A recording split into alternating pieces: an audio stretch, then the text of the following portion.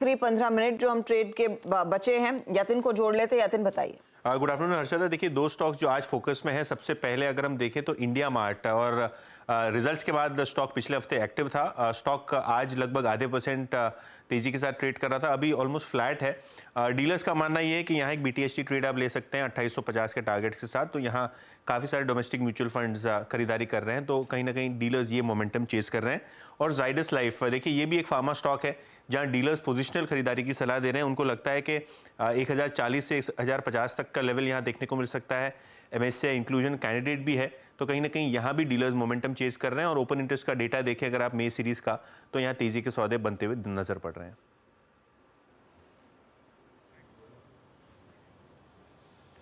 Okay चलिए, तो यहाँ पे डीलर्स की एक्सपेक्टेशन। यतिन बहुत बहुत शुक्रिया। जिन स्टॉक्स पे है बाय सेल साइड पे, अब एक काम करते हैं, जरा इंडेक्सेस स्क्रीन पे लेके आइएगा। जस्ट 22441, जब 2 बजे हर्षदा और मैंने कार्यक्रम की शुरुआत की थी, यही लेवल था।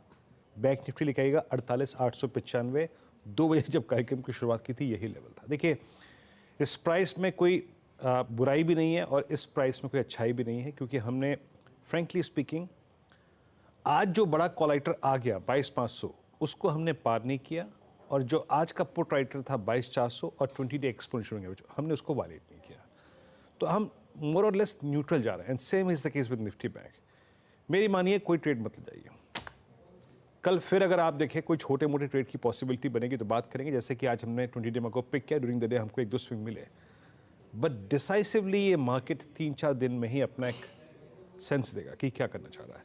अभी 20 डे की ट्रैजेक्टरी वायलेट नहीं हो रही है, और इवन द बैंक निफ्टी ये 10 डे से भी काफ़ी दूर है। बट विक्स याद रखिएगा, बढ़ना ही एक संकेत है कि अपने आप को बाजार प्रिपेयर कर रहा है एक इवेंट के लिए। विक्स का बढ़ना सिंपली ये मीन है कि एक डायरेक्शन को प्ले करने के लिए अब प्रीमियम जो है आपको ज़्यादा चुकाने पड़ेंगे। दैट मीन्स एक इवेंट नज़दीक है। सो बेटर है कि इसको आप कल फिर चेज करें।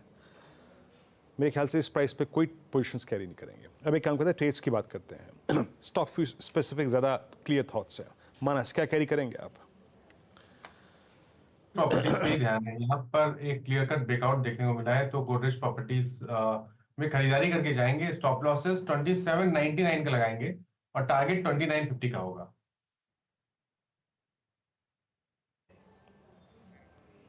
ओके, गोदरेज प्रॉपर्टीज, मानस जी का ऐसा दिल आया गोदरेज प्रॉपर्टीज पे कि पूछिए मत। 10.5% ऊपर, ऑल टाइम हाई 2855।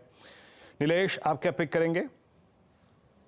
बिल्कुल, देखिए खरीदारी का ही ट्रेड है, वो है एस्ट्रल। एस्ट्रल करंटली 2108 110 के आसपास ट्रेड हो रहा है, और पिछले 2 दिनों के यहाँ पे प्रॉफिट बुकिंग हमें देखने को मिली थी। उसके बाद फिर से आज हमें यहाँ पे स्ट्रेंथ नजर आ रही है, और यहाँ पे तैयारी हो रही है 2140 और 2160 की रेंज में जाने की। तो करंट लेवल पर एस्ट्रल को लॉन्ग करके चल सकते हैं। 2077 का स्टॉप लॉस रखना होगा, 2077 रुपए का, एंड 2140 और 2160 के टारगेट्स होंगे।